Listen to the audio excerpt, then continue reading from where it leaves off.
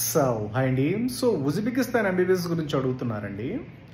So Uzbekistan అండి మన మన మన కాలేజీలోనంట, మన ప్రొఫెసర్స్ అనంట, మన లెక్చరర్స్ అనంట, ఇక్కడ నుంచి ఫస్ట్ ఇయర్ నుంచి ఇంగ్లీష్ మీడియం అంట, ఫస్ట్ ఇయర్ నుంచే యూఎస్ఎంఎల్ఈ ప్రోగ్రామ్లు అంట, డైరెక్ట్గా ఫస్ట్ ఇయర్ నుంచే నెక్స్ట్ ఎగ్జామ్ కోచింగ్లు అంట, సేమ్ ఇండియా నుంచి వచ్చే ప్రొఫెసర్స్, ఇండియా నుంచి వచ్చే లెక్చరర్స్ అంట, ఇండియన్స్ సపరేట్ ప్రోగ్రామ్ అంట అని చెప్తున్నారండి. సో ఆ డిగ్రీ వస్తారు సార్ 200% ఇన్వాలిడ్ అండి. ఓకేనండి.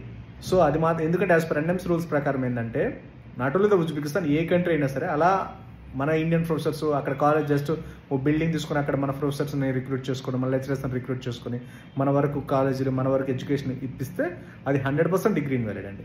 తట్టు ఇంకో విషయం కూడా చెప్పేది ఏంటంటే ఉజ్బెకిస్తాన్లో అంత స్టాండర్డ్స్ ఉండవండి. ఒక్క బ్యాచ్ కూడా ఎంబీబీఎస్ బయటికి రాలి ఇప్పటి వరకు. There is no standards, there is no రేపు యూఎస్ఎంఎల్ యూకే క్యాండల్ క్రాక్ చేయాలంటే, అసలు నెక్స్ట్ ఎగ్జామ్ క్రాక్ చేయాలంటే అసలు ఆ స్టాండర్డ్స్ అనేది సరిపోవు. అంత బడ్జెట్ 40 లక్షలు 50 లక్షలు పెట్టే బదులు Russia is the best option.